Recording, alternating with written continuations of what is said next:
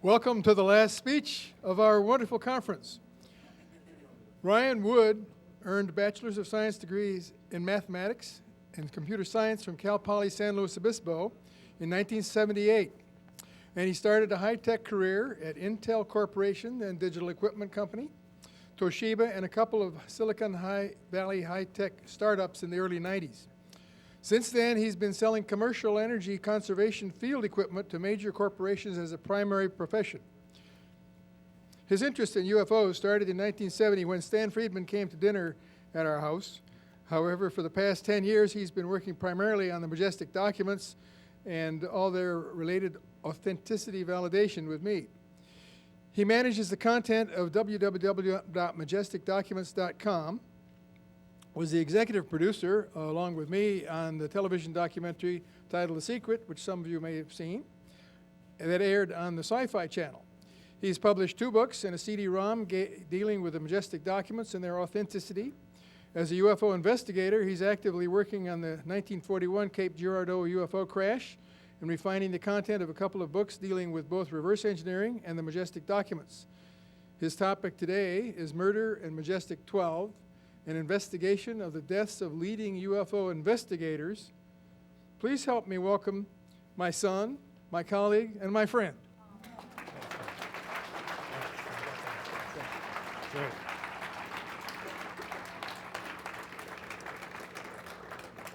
Thanks, Bob. Well, Murder and Majestic 12. You know, this talk is about speculation in some cases and some statistics, and it's the beginning of a process of investigation of all sorts of petite people that have died mysteriously in relation to the UFO field. I mean, just today, listening to the lectures, I had 2 or 3 more names that I wanted to add to my database, the death database, which I'll show you a little bit, and begin delving into their precise fate and their relationships and connections. So this is the overall, what I'm going to cover, the sort of the methodology that I'm using. I'm going to talk a little bit about the CIA and mysterious deaths, and the CIA being one thing and mysterious deaths being other. These are like clusters of deaths, and some of the books that talk about that. And then we'll show you the UFO death database as I've created it in an Excel file for it. Nothing really substantial there other than starting to generate a long list of people and then either rule them in or rule them out as being linked to the UFO phenomenon and Majestic 12 for the death. And then specifically, who was murdered, why were they murdered, what's the probability against chance, and then what the intuitive says, what the remote viewer says, what the psychic says, because you're stuck many times with intangible reasons for the death. I mean, you can read the police reports, you can look at the autopsy, you can interview the detectives that were investigating, and you need to do all those things to get an accurate perspective and profile of the event. And I tend to do that. In some cases, I've done that very thoroughly. In other places, I haven't started that process. So that's the broad brush of where we're going to go. The methodology is to look at the linkages. Well, why is this guy included on the list? If he's not relevant to ufology or some aspect of the cover-up, then he's not going to get on the list. Review the various literature, look at their credibility quotient. All these people have, they can be a little prick in the side of the control scheme or a giant thorn. And the bigger thorn you are, the more likely you are, the more cantankerous to be warned or dealt with or eliminated. And so that's something to look at too. And then we looked at the official cause of death. In the case of William Colby, officially he drowned, but then he had a heart attack, and then he was in a canoe, and so forth. It's a whole series of things to look at: probability against death, and then what the psychic says, what the intuitive says. Statistically, which I won't go into much until the very end, but I use these various sources for the statistics. The Social Security actuarial tables from 2001, which give the basic probability of you dying of natural causes given your gender, your race, and your age. Now, and this is for the 2001 statistics. If you, and it's not fair really, because you have to go back in time and use the statistics for somebody in the 50s or 40s when they died at that time. But if you go back in time, it just makes the overall conclusion more powerful that there's something nefarious going on in the end. So I used a conservative approach, just used the fact that people die less often now of accident or murder or of heart problems or so forth than they did in the past. Then the legal cause of death, what the estimates are for the National Safety Council and the Center of Health Statistics and so forth. And then my suspected true cause of death, which I'm still refining. It's going to take more digging. What do you do in the Kennedy assassination when, if you look up in the tables, you say, well, it was an assault by a firearm, one chance in 700. But no, it's not really an assault by a firearm. It's assault by two firearms while protected by the Secret Service.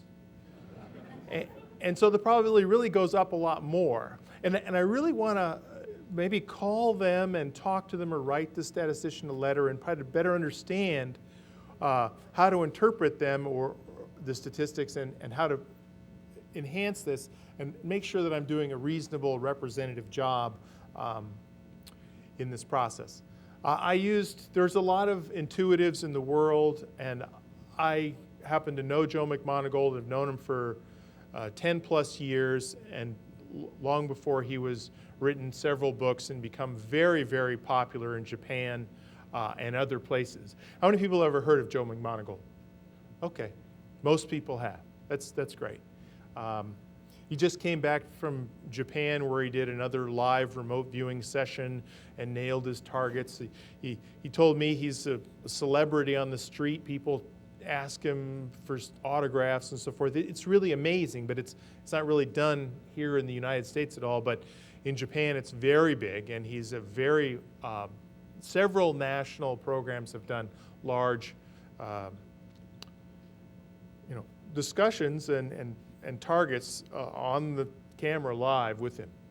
But anyway, I digress a little bit. So what I gave him was 30 envelopes, and within the envelope was sometimes an obituary of the person, sometimes not, sometimes blank, with just a code on it, K2 or M6 or whatever the code was. And I sent them to him in a bunch of different batches. I trusted him not to rip open the envelope and cheat, and paid him money. That's the other thing you have to do. And I asked these core questions. Why were they murdered? Was the target murdered? Yes or no? That's sort of the first key question. And then how and then who did the event. And Joe's not right all the time. And I know most of the time how these people are murdered because it's clearly documented. Marilyn Monroe was a barbiturate overdose. And so if he says he was shot by a firearm, that's wrong. Throw it out, start over.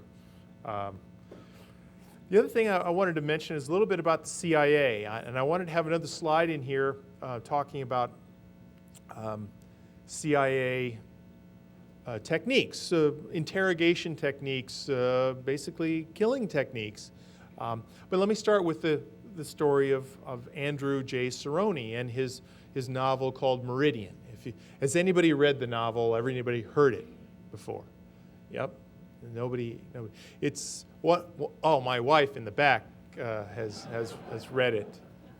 Not read it, but heard me talk about it.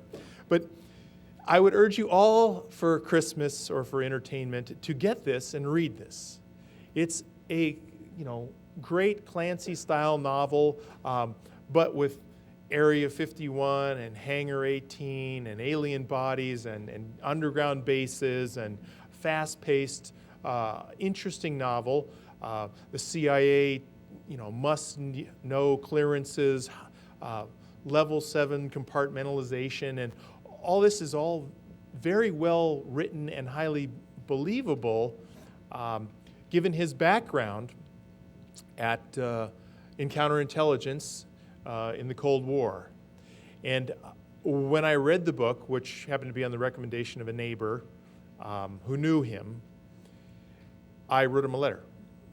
I actually wrote him a 6-page letter and called out every page number where there was a reference to an alien activity, and asked him for a question, an answer, a comment, and something specific. And to my amazement, within 2 days later, I got a letter back on his priority stationery, and it was 6 or 7 pages in response. And he answered all my questions very forcefully and clearly, and he also did the preamble to the letter saying, I can tell you that this was submitted to the agency for review and approval, but I can categorically tell you that they did not read it, and they approved it and let it go. So he was confident that if they had read it, they would not have let him publish it. But they didn't read it, and they gave him the okay. So he's got plausible deniability. But he's a very interesting guy. He lives in Colorado Springs, and he's the discussion of top secret code word level 7 must know clearances, which means you have to be a 1-star general or better generally, and a must know requirement, not a need to know, but a must know. So it impressed me as being highly credible and interesting, and that's why I included it and urged you all to read his novel, because it's a fun insight into what may be going on today. The other comment before I begin this slide is that in part of the Tim Cooper interaction and document exchange that went on, he supplied a CIA, declassified CIA interrogation manual and murder manual. It described different ways of killing people. It's dated 1960.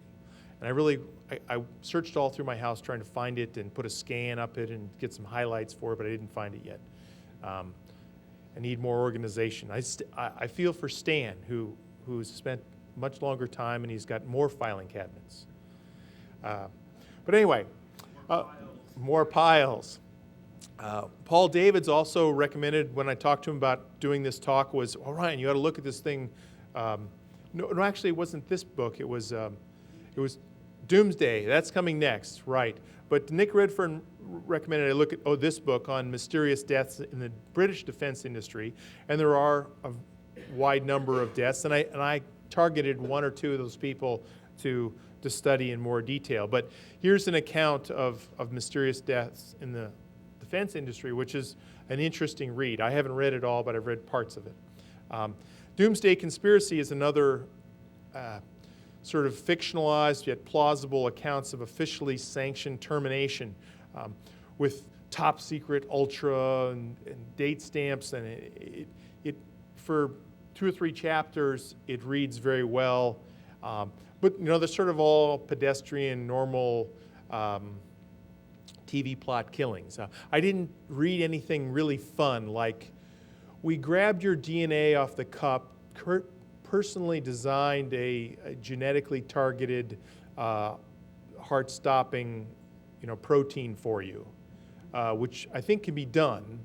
It's just a lot of expense, and you'd have to be an important foreign leader or something like that. But it could be done. Well,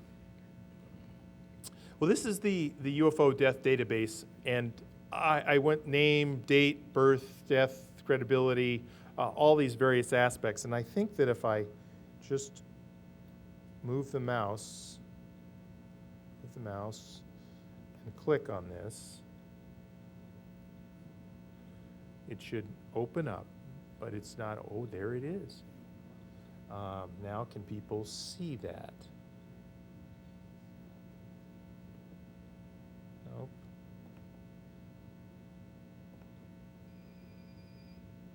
Phones, turn those phones off. Okay, well, anyway, you sort of get the idea where you see this various code, the name, date of birth, death, cause of death, and then the odds, Social Security death, and the other odds, and so forth.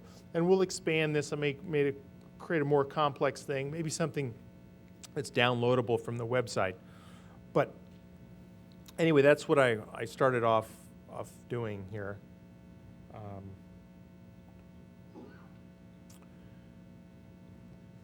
And we'll continue to add to it and look at it.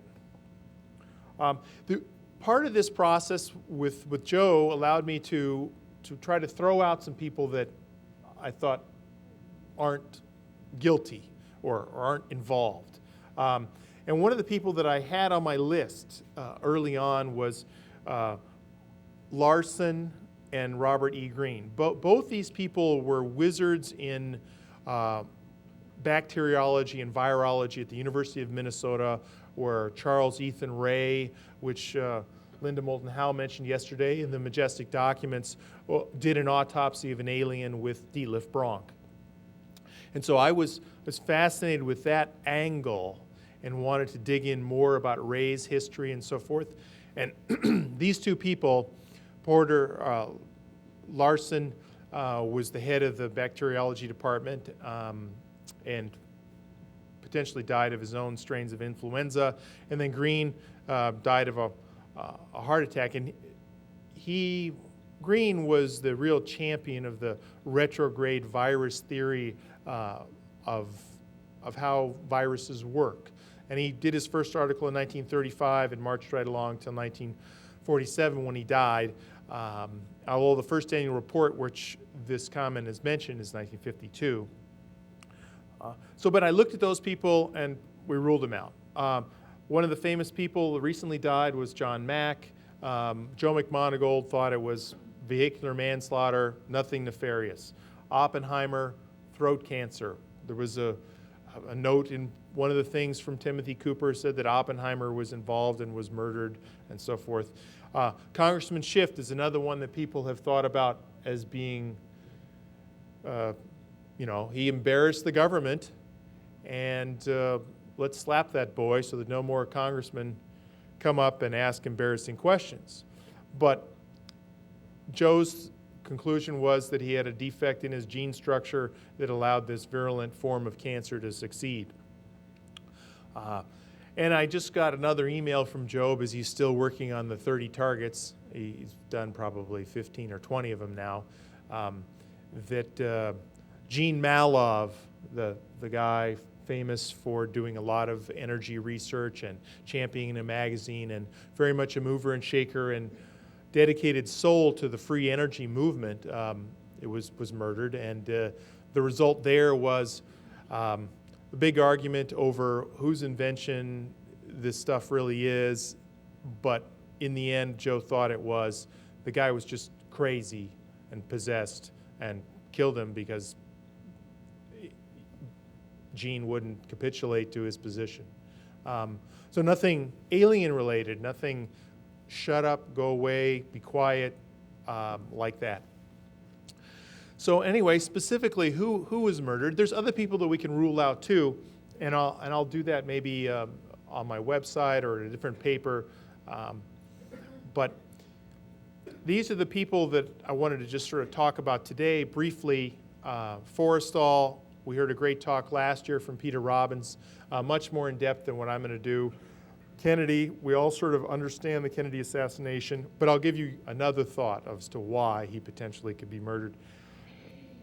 RFK, Dorothy Kilgallen, and Marilyn Monroe, a couple of famous people. Martin Redman. How many people have ever heard of Martin Redman? No one, except Nick has got to raise his hand back there. Yep, okay, there we go.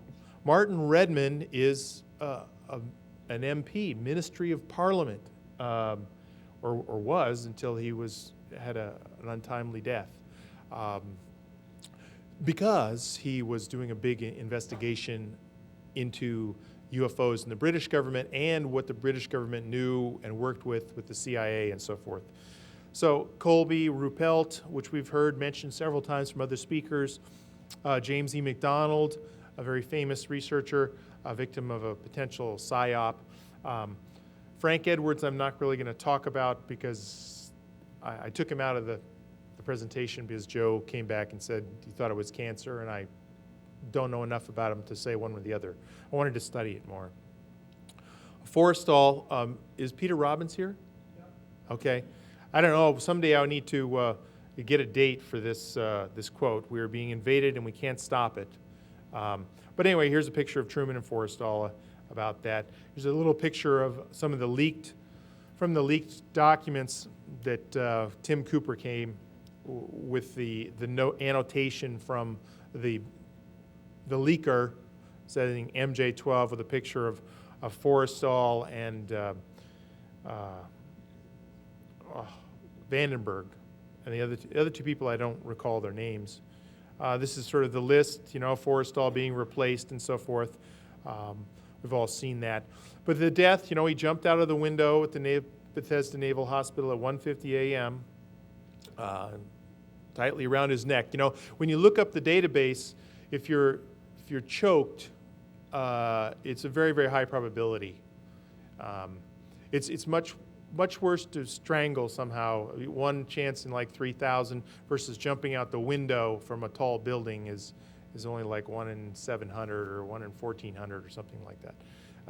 But he was a workaholic and depressed guy. His brother and friends consulted him near his death. And then we have this Annex C fragment which mentions his death was deemed necessary and regrettable. But this is the building and the newspaper article. Henry Forrestal thought it was surprising to have him do this. He was comfortable that he was in good shape, and it's surprising that it happened just a few hours before he was supposed to be released back into society, that he allegedly committed suicide. This is the Annex C fragment, just this one section. In protecting the security operations of Majestic, it has become necessary to eliminate certain individuals, so we certainly have multiple people potentially, who would compromise the intelligence efforts, that's the embarrassment factor and the ridicule factor, while distasteful to murder people at times, the use of lethal measures has been executed. The untimely death of Secretary Forrestal was deemed necessary and regrettable. So that's the basis, or one of the little links to the Majestic documents that I find interesting. Edward J. Ruppelt, a very young man who apparently died of a heart attack at age 37, was the head of Project Blue Book before Quintanilla took over later on in the 50s. And he wrote a book which you can still get. I have a different picture of the cover, but the inside cover says a report on unidentified flying objects. It's a very well-written book, but it's interesting that on chapter 18, page 243, it says, 4 years have passed since my writing, and he proceeds to do a 180 on his beliefs in the first chapter that these things are interesting and credible, and it may be extraterrestrial. And so I find that interesting. And then when the remote viewing report comes back, murdered in cold blood via poison to induce a heart attack.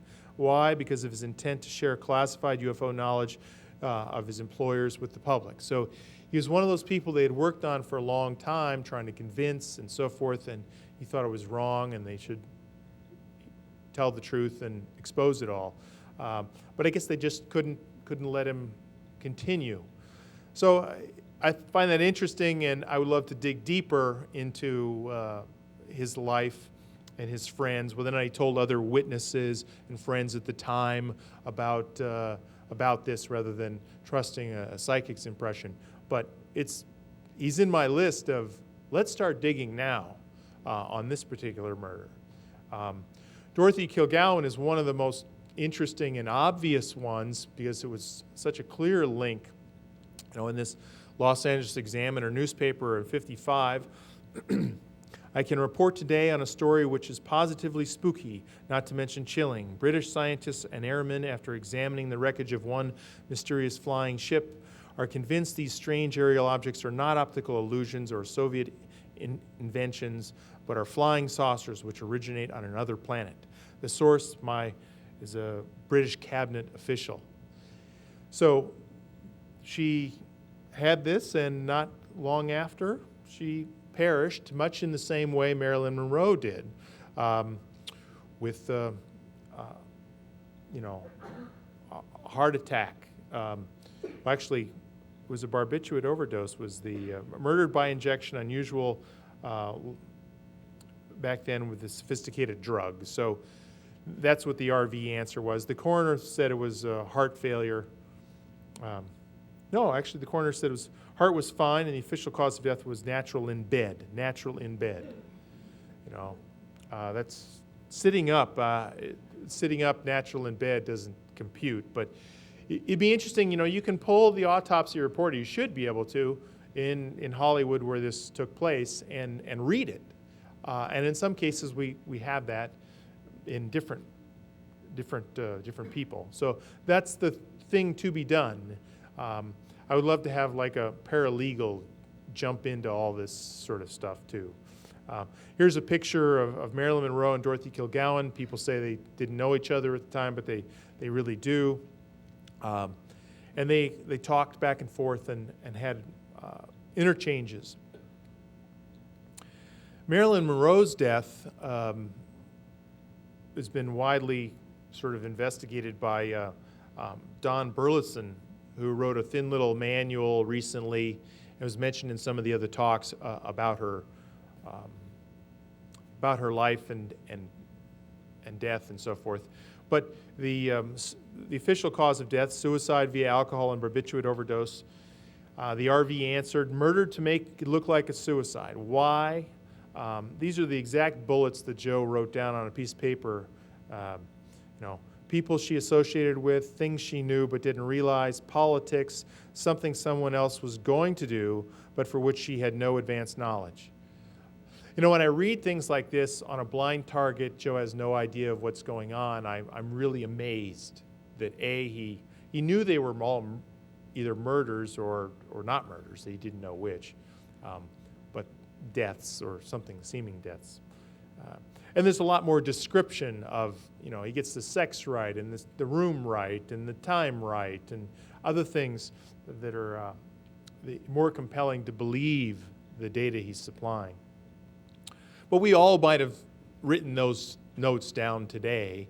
The other interesting document is the moon dust in Marilyn Monroe document that actually came from Tim Cooper to Milo Sbriglio, and Tim Cooper says it came from a CIA archivist that was in the Big Bear Lake area that he may have met or may not have met. And it mentions the 5412 group and MJ12, and it's signed by James Jesus Angleton. These are all down in the corner in the fine print. And if you look on the web, you can find blow-ups of it, or you can print it off from our website at Majestic Documents, and you can look at it and study it. It's got several interesting obscure markers that indicate that it's most likely authentic, although you don't have an original, and it came from Tim Cooper. And others have studied this quite well. Another sort of different person is William R. Lovelace II, MD, aerospace medicine expert. One of the things, if you really have alien bodies, you're going to have to call in the aerospace people and the medical people and look at the biology and begin to study that. And one of the things that John Lear, who's a native of Las Vegas and has been, dabbled here and there in the UFO community, but was famous for being the son of John Lear of the Learjet Corporation, has widely told me and others that his father was, or that Lovelace was involved with alien matters, and up to it, and looking at the bodies, analyzing it, and so forth.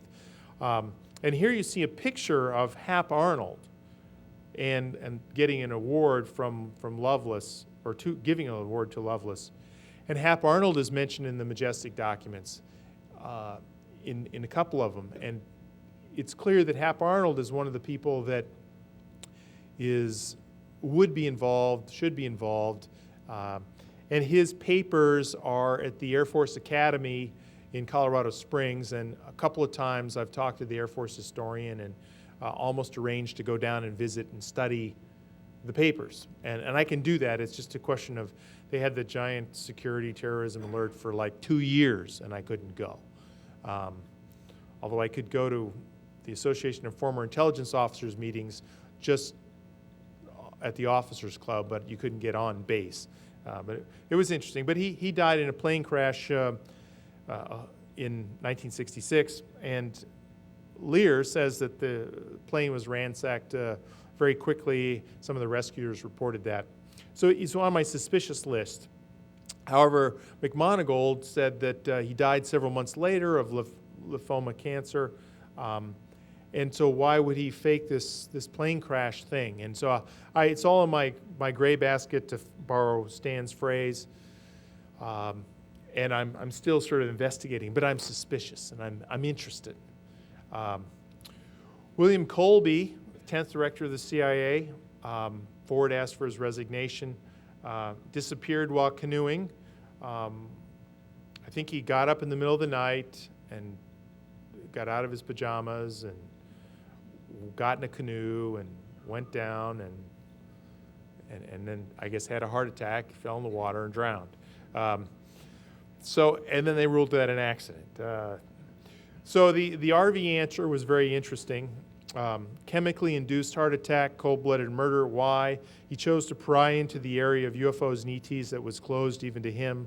He could hurt too many people and institutions. He represented too much power in the hands of one individual. And I thought that was interesting. It's almost a prescription to start looking at history for very, very powerful people in the military intelligence community from almost any government. And whether or not there's any uptick in deaths associated with that characteristic or those characteristics. John Philip Murphy was another interesting guy. He was the first press person on the scene at the Kecksburg crash. And he had taken photographs, had his camera. The military showed up after him. He was ahead of the curve there. And when the military showed up, they said, "Give me your film," and they ripped the film out of the camera, or he gave him the camera. And he later had a big story, and they talked to him, and they read him the riot act, said, "No, you can't go in the air," and so forth. And he was very disgruntled with this whole process. The remote viewing side of the situation says he pulled a fast one on the military, gave him a blank roll of film, pawned the originals into his pocket. The originals are still there in Pennsylvania in a building.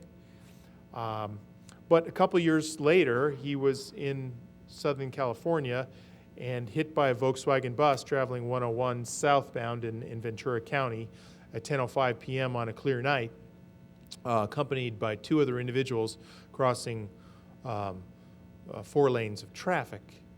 If anybody's been, how many people have been on 101 South in Ventura County? Oh, it's quite a number, maybe a third of the audience. 10 o'clock at night, 1967, and you park on the right-hand side of the lane. You're going north. Get out of your car with your two buddies. You go across 2 lanes of traffic. Okay. You go off across the 3rd lane of traffic. You're okay. And then you get hit by a 55-mile-per-hour Volkswagen bus. With your buddies miss. Your buddies don't get it, but you do. And then the autopsy report, they conveniently took samples for toxic screening, but the results never came back, and there's nothing I can really do because I think the coroner's dead. There's a new coroner there and so forth. But all that was very suspicious. But what was interesting is you have all the names.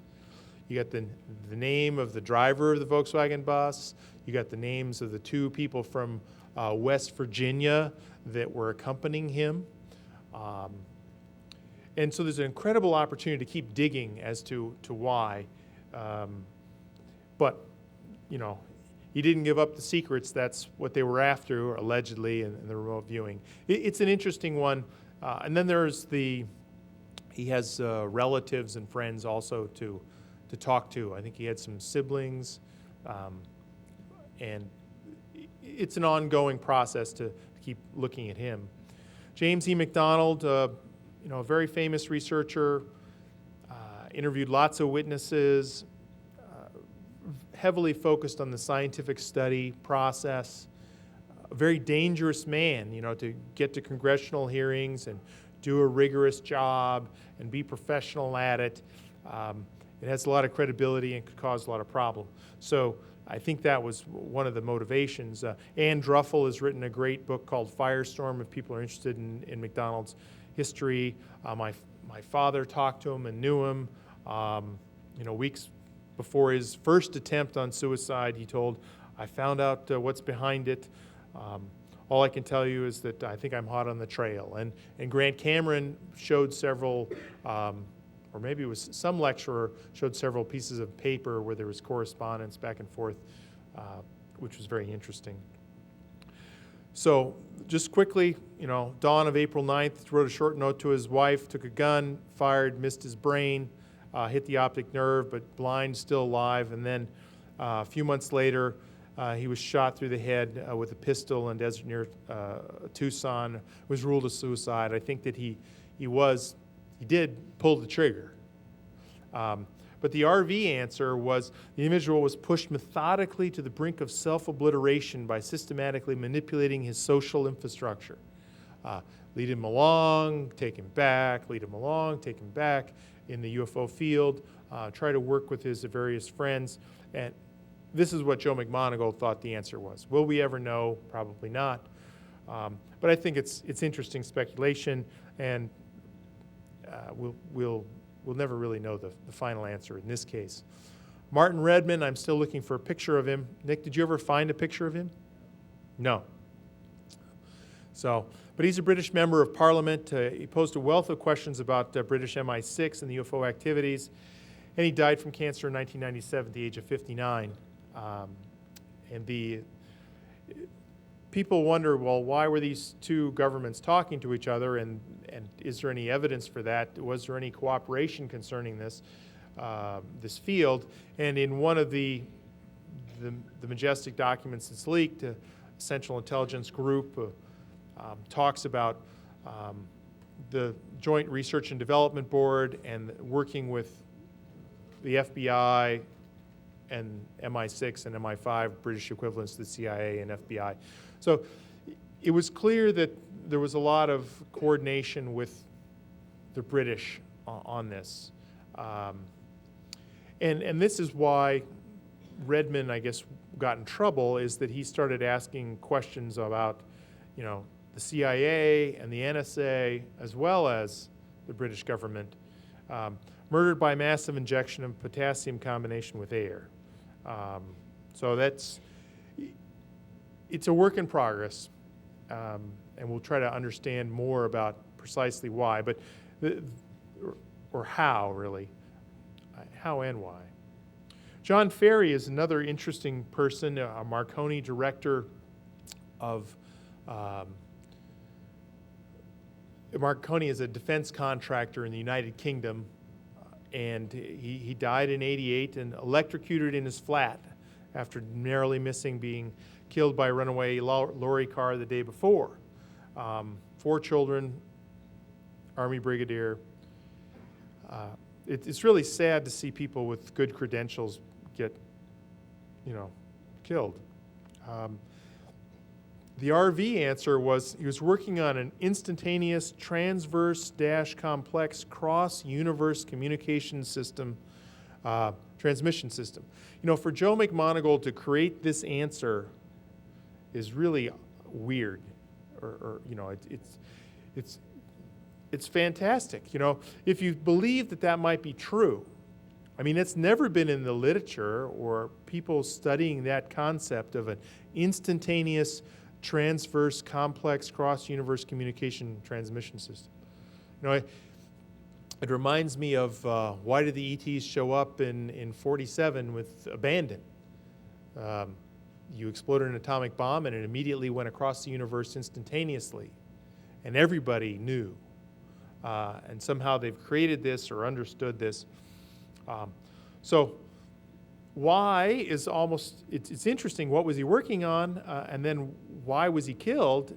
A potential leak for a power source, simple, self-sustaining, unlimited. What Chuck Wade mentioned earlier, buried in the ground via Colonel Corso, what everybody's looking for as the Holy Grail to solve the energy crisis, etc. And here's another lead into Marconi, you know, to dig in to see what has Marconi done? What are their published papers? Who are the people that worked in these departments? The opportunity for investigation is limitless, but at least I'm excited about where to dig, and feel some confidence that you can be successful digging in that direction to understand why. Because if there's one death, there's more deaths, and then there's people that might say something or tell the truth or show the device. Kennedy, you know, we have the usual suspects, pissed off the CIA, mob, etc. Joint partnership with the Russians, which is mentioned in the National Security Action Memorandum 271, or tell the truth about the ET presence in Dallas as alleged in the National Enquirer article. I know National Enquirer is high credibility. But I'll add it as another reason why he might have gone. Harry B. Cooper, the father of Tim Cooper. I think this picture was shown in Grant Cameron's presentation. And Tim Cooper tells the story that he came home in '63 to find his father sitting on the couch with his head in his hands, weeping, crying. And Tim said, "What's wrong?" And his response was, "Oh my God, they really did it." And the implication was that they really did murder JFK at the time. And we know that Tim Cooper's father was much more involved in the UFO program than meets the eye. This is his accommodation, written and signed by Curtis LeMay, Foreign Technology Division, National Photographic Interpretation Center, in their contribution to the U.S. UAF UFO program, exemplary leadership, and so forth. Now, some skeptics, although this is an original document and you can hold it in your hand, you can test the paper, it's old, people say, well, oh, Curtis has 2 S's. You know, that's screwed up. Curtis LeMay, he never did it with 2 S's. But when you plug it into Google and type in Curtis LeMay like this, you come up with historical site references and multiple notes that say that clearly he spelled it this way too. So there was a program, and it's just sort of an anecdotal secondhand story as to why JFK might have been killed. So what are the odds? That 11 randomly selected people will die of natural causes. Natural causes, age-adjusted, 1 chance in 100.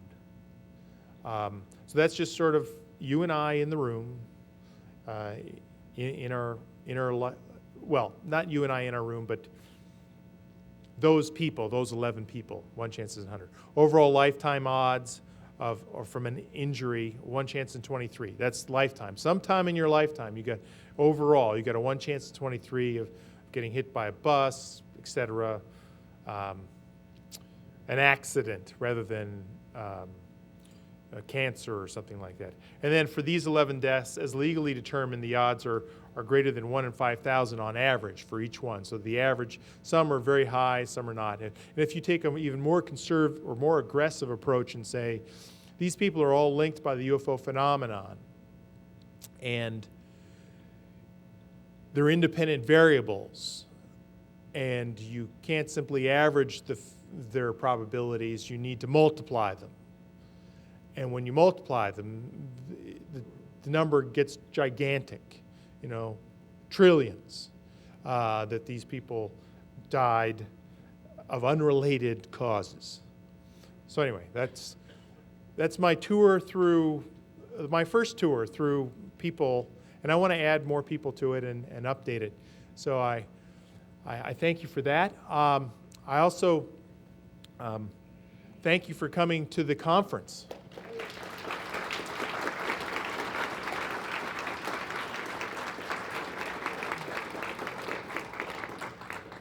And I hope you have a wonderful time next year. A quick show of hands before we disappear. How many people heard our XM satellite radio ad? Chuck. You're in the middle of nowhere, you don't have any radio, so you have XM. Okay, there we go. We get that's interesting. How many people heard the local KNXT Las Vegas 8:30 a.m. advertisements? 8:40 a.m. Thank you. Well, a couple people. How many people heard a discussion on coast to coast before coming? Okay, about 10. Okay, 20 or something like that. And I guess the rest of you either heard from your friends or you heard because I sent you a piece of mail or something like that. Earth Files. There we go, Earth Files. How many people heard from Earth Files? Okay, all right. Anybody else heard at another conference? The NUFOC conference. Okay, there's a few people from the NUFOC conference. Okay, all right. Well, if you have any great ideas on how to market a program like this and get more people here and get the media here, I'm all ears. I want to do my best to make it as valuable and useful to the participants as possible.